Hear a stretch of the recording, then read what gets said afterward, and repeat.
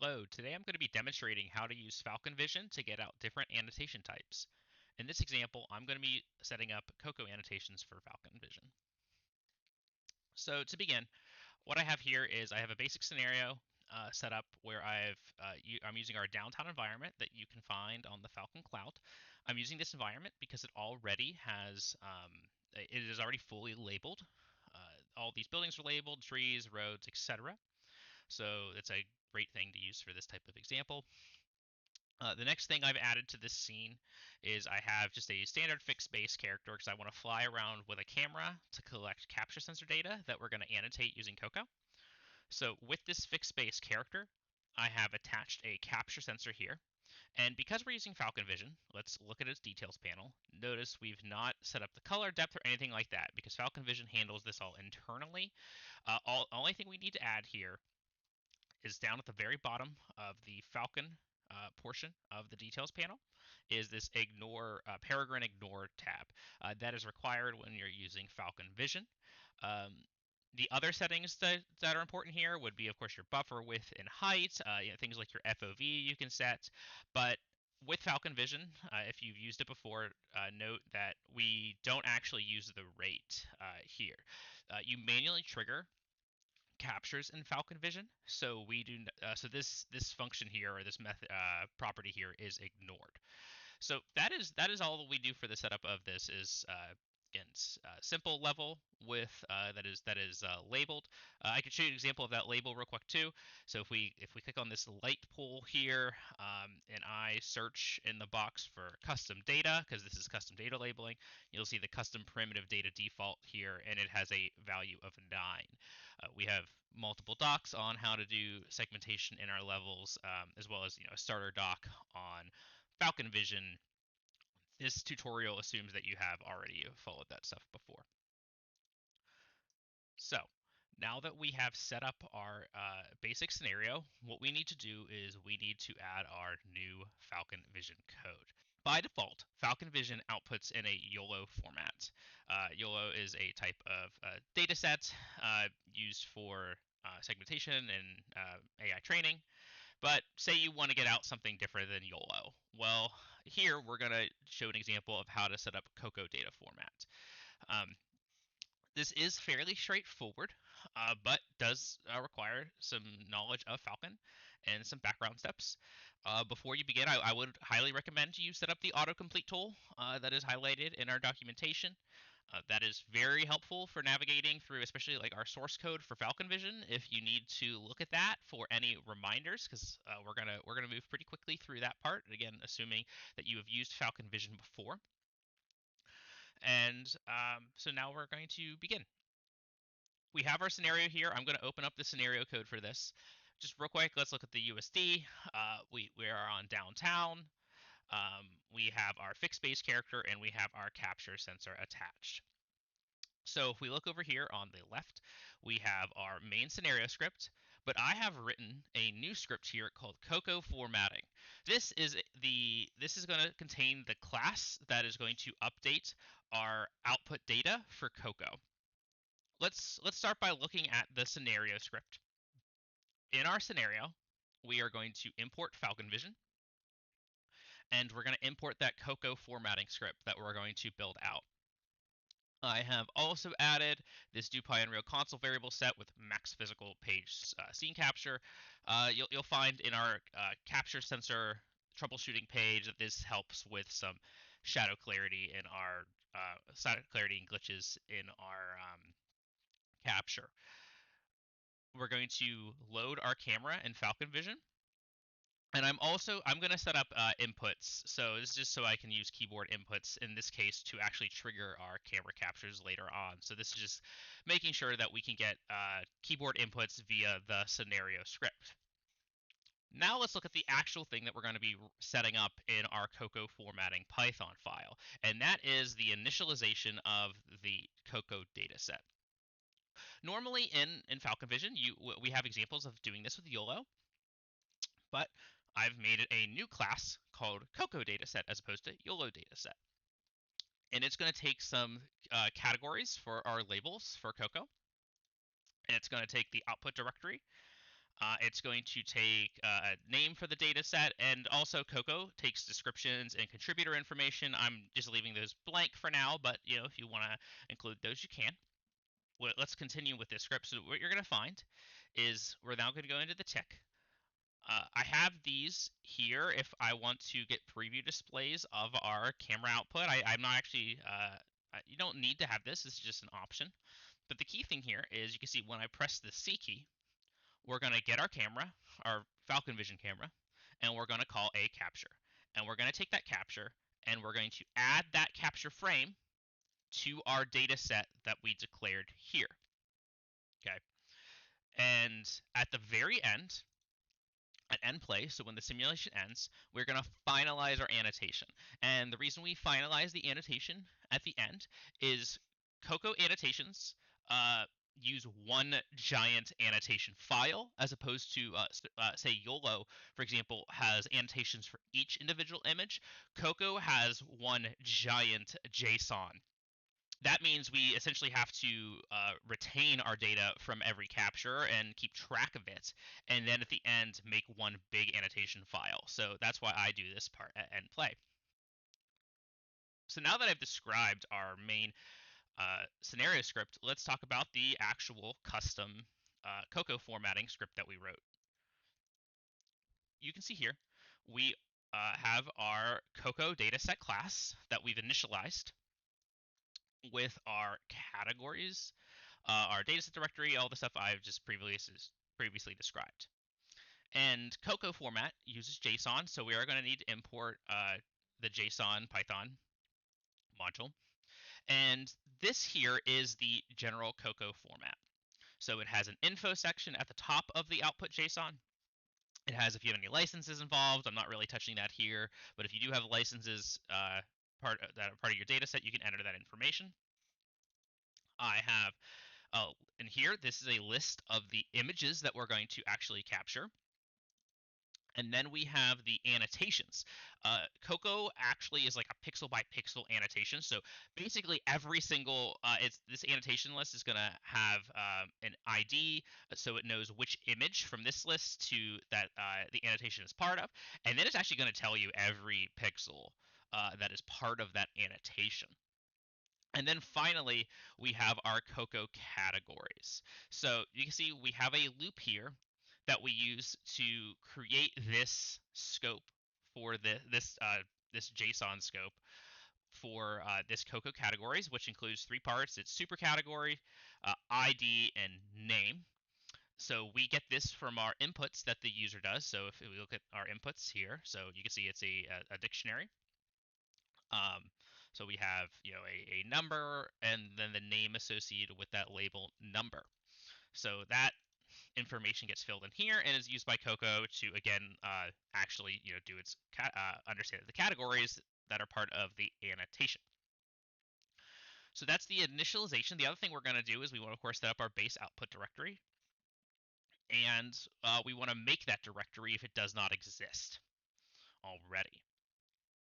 So that's our initialization. The next thing we want to do is every time we take a capture, right, we want to add that frame, that is the capture, to the data set. So how are we going to do that? Well, first thing is we're going to make that add frame function part of this COCO dataset class. And that frame is of a class called FalconVision camera frame. So this is where the data that gets captured by FalconVision comes from. So let's look at that real quick. Because I have my autocomplete tool set up for VS Code, I'm going to hit Control and click on FalconVision camera frame. And this is going to take you to the source code. So if you see up here, this is likely, if you've installed it at a default location, where the source code for FalconVision can be found. This is helpful if you need some guidance on how we've done things previously. So you can see the camera frame class contains 4 camera images. It contains a color image, a depth image, a category image. This is using the custom data zero segmentation channel, and this UID image. UID image is interesting. It is a RG channel, so 2-channel image, where the first channel contains component ID data, and the second channel contains instance ID data.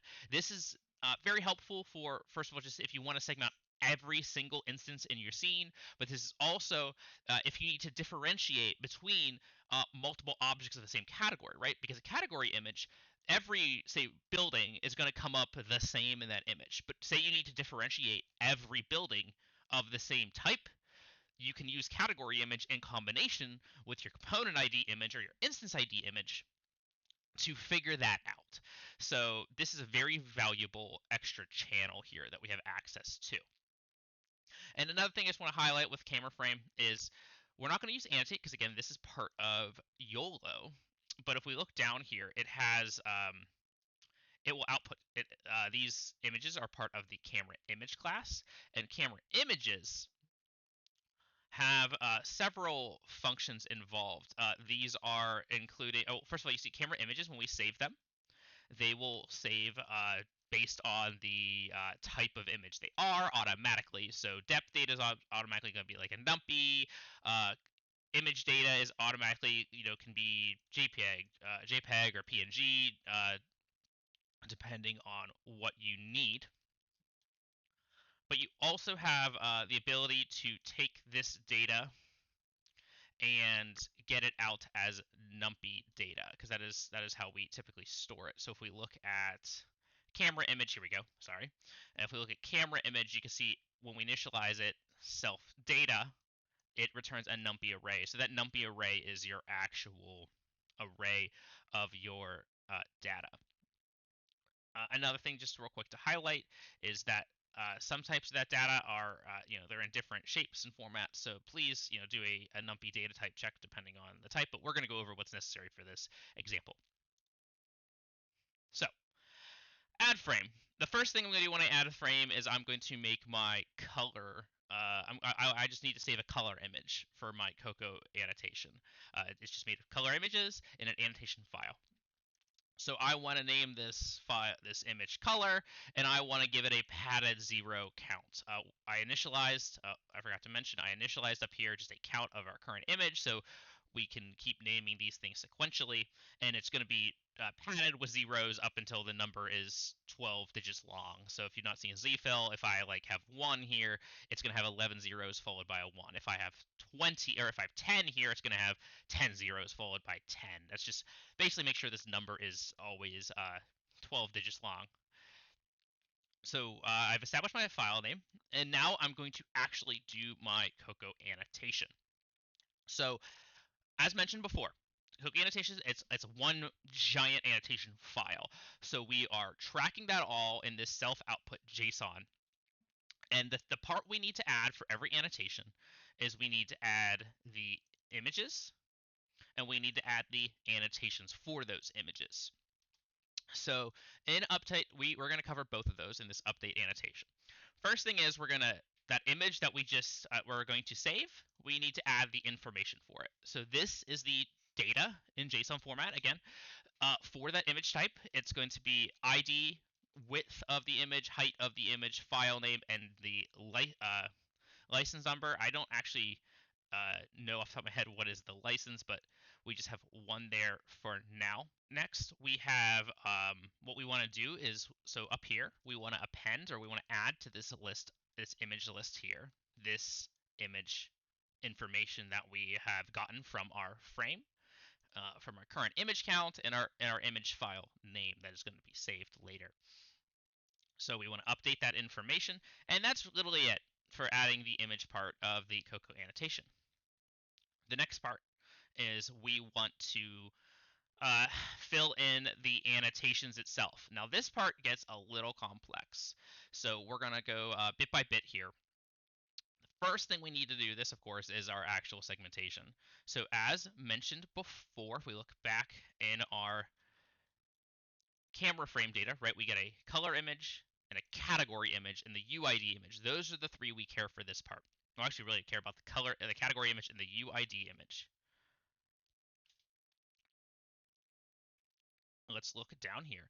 And the first thing is I'm going to make a data copy of our category image data, and we're making a copy so that we don't modify that data in the buffer. It's just good practice to use a copy here. also going to copy that UID data. And from that UID data, the key thing we need for this case is the component ID value. So this is so we can separate out the different objects of the same category and label them individually. So to as I previously mentioned, this is a two-channel image where channel 0, or the first channel, channel 0 is the component ID and channel 1 is the instance ID. We want to get the component ID out for this case. So the way we do that is we're going to make that copy. Remember, it's a numpy because it's data, and we're going to reshape that data into the because it's actually right now one long buffer string. We're going to reshape that into an actual image, and we want, so it's a two-channel image, so we're going to reshape it. It has a type of uint32 by default, or sorry, that's the type of data that comes out of here, and that's the format we're going to want. And then we're just going to want that first channel. So that is going to give us our component ID image that we're going to work from.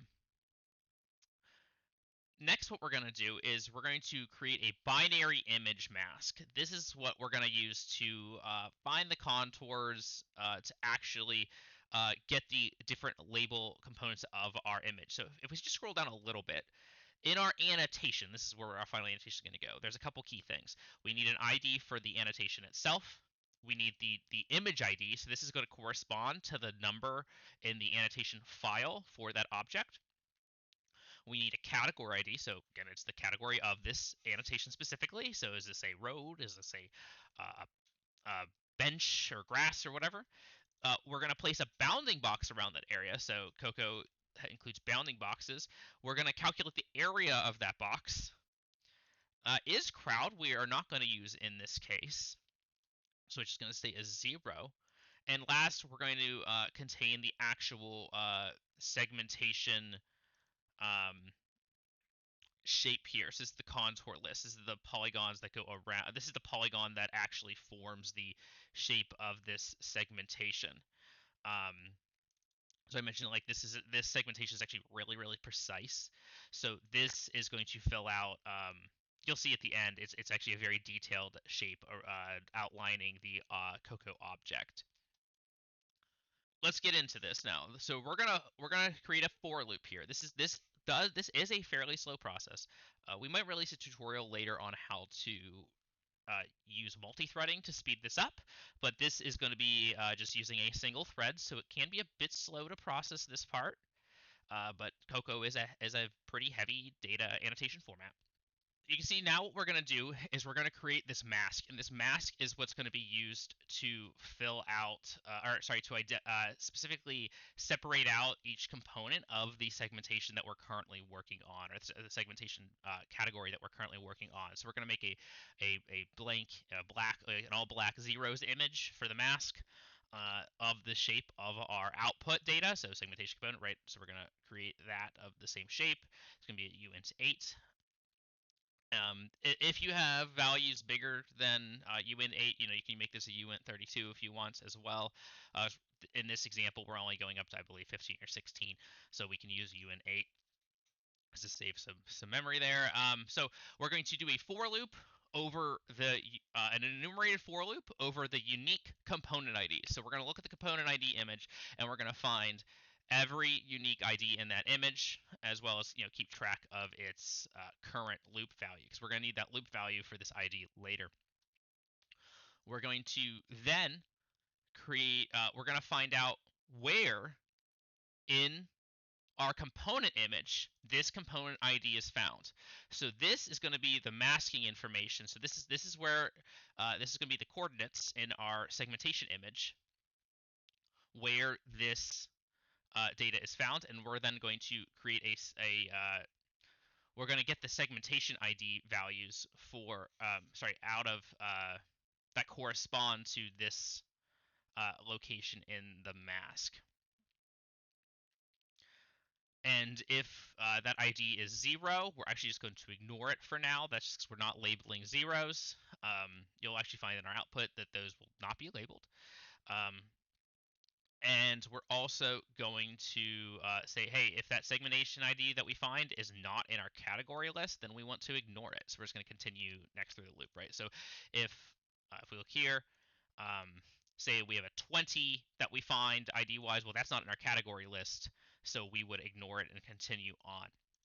Now, if you find that object in the mask, we want to set it to 255, so it's a mask, right? So we're going to do black and white, so we're just going to fill that to 255 in our mask. So now this image binary is a mask that just shows a single basically a single object um, isolated in an image. Now that we have that single image isolated, we're going to use OpenCV to get the contours of that object that we're going to use to draw the polygons for our segmentation. So we're going to use find contours. That's going to draw a nice contour box around the object we want to segment. We then need to get the polygons for that contour. And this is basically just the method you use to do it, right? So we're going to have a list of contours. We're going to flatten them out. And we're going to actually get the polygon data here. This is just how you go about doing this data manipulation to get your polygons. Next thing, we're done with the image mask at this point. We're going to need it to be all zeroed out later on. So what we're going to do is we're actually just going to, this here is going to take everything that we had 255 before, and we're going to make it 0 again, so we can use this image binary for the next loop. Next, for our bounding boxes, we need the min x and the min y, and we also need this to calculate the area of our box. So that's all this is, right? Is getting our bounding box data and calculating the area of those bounding boxes. And now that we have all of our annotation data necessary, so we're going to fill in. So J is the current loop number. So that's the ID of this object. We're going to get this is the image ID. Like this is for the RGB image, so we know what annotation to associate this with. Category ID, so that's the category of object we're segmenting. Bounding box, we just calculate. Area we calculated is crowd, just 0 for this example. And polygons, so again, we calculated the contour and the shape of it. All that data is going into here. And finally, we take all of this and we want to append our annotation list with this structure here. And so this is going to happen now for every object that is every unique object in our image. So you can see why this is a fairly intense annotation project, but also in Falcon, this would save you tons of time, because if you were doing this by hand and you had to annotate an entire image by hand, you can imagine this would be a very time-consuming process and also potentially inaccurate. This lets you do this perfectly, pixel perfect annotations for you. So that is how we update the annotation every loop. The final thing we then need to do, as I mentioned earlier, is finalize annotation. Because we are keeping track of this JSON for every annotation and basically making one mega annotation, when we close the simulation or end the simulation, we need to finalize that output. So this is really simple in this case, right? We've done everything in a JSON format, in dictionaries in JSON format. So we're going to set up our output path. So I'm just going to call this annotations.json. And I'm going to, JSON dump is the JSON function for outputting JSON data. So I think really the most difficult part of this process for COCO is this loop here. This is verified to work, right? So we're going to post this code. If you just want to copy this as is and use it, you can save yourself a lot of time. But also, if you want to dig in this, understand how it works, I hope I have reviewed that well here. So let's actually see this in action. Here is our FalconVision, again, our code. Let's bring up Falcon. And real quick, you can see we don't have any output yet. So what we're going to do is we're just going to hit play.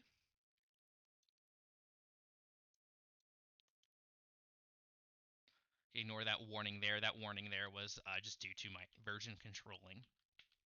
No big deal.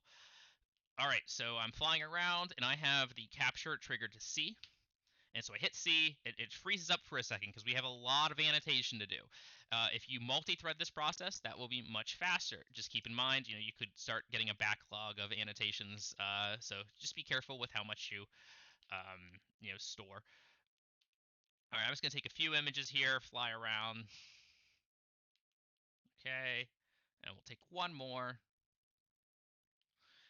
and let's do one more. Okay, so we've captured all our images. Now the key thing, right, is the annotation won't come out until we end play. So let's not hit the X button. Let's just shut down the simulation normally by hitting stop.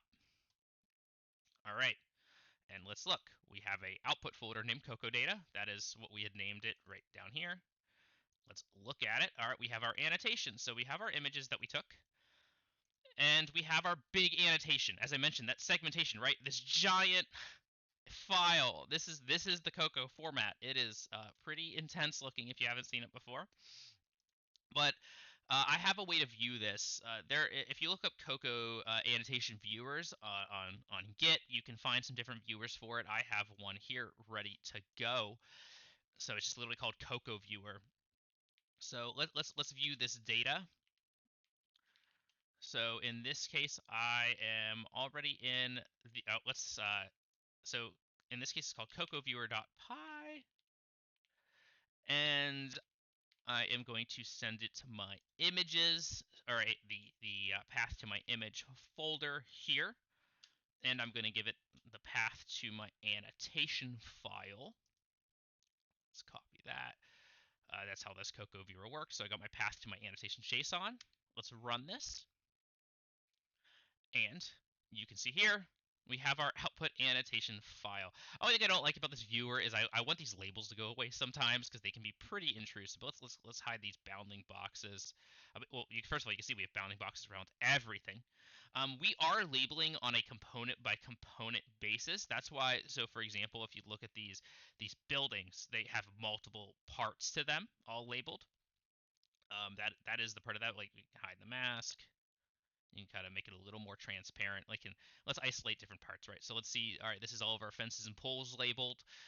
This is our roads labeled. These are individual labels here. We can go to the next image. All right, here we go. So again, tree, that's the foliage. That's not trees in this case. We actually have a separate label for trees.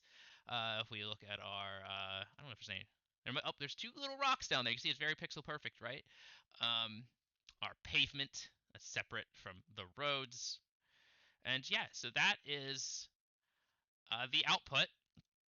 Our building's nice and labeled. Apparently we have a building label on this over here. Of course, if you have a map that you created yourself, you have perfect control over it. This is just an old example map that we have. That is it for this process. You can see while you definitely need some knowledge of the data format you're making. It actually isn't too hard because FalconVision gives you some really good control over your image output that you can then use to create your annotations pretty easily. And yeah, I hope this is helpful, and good luck with creating your datasets.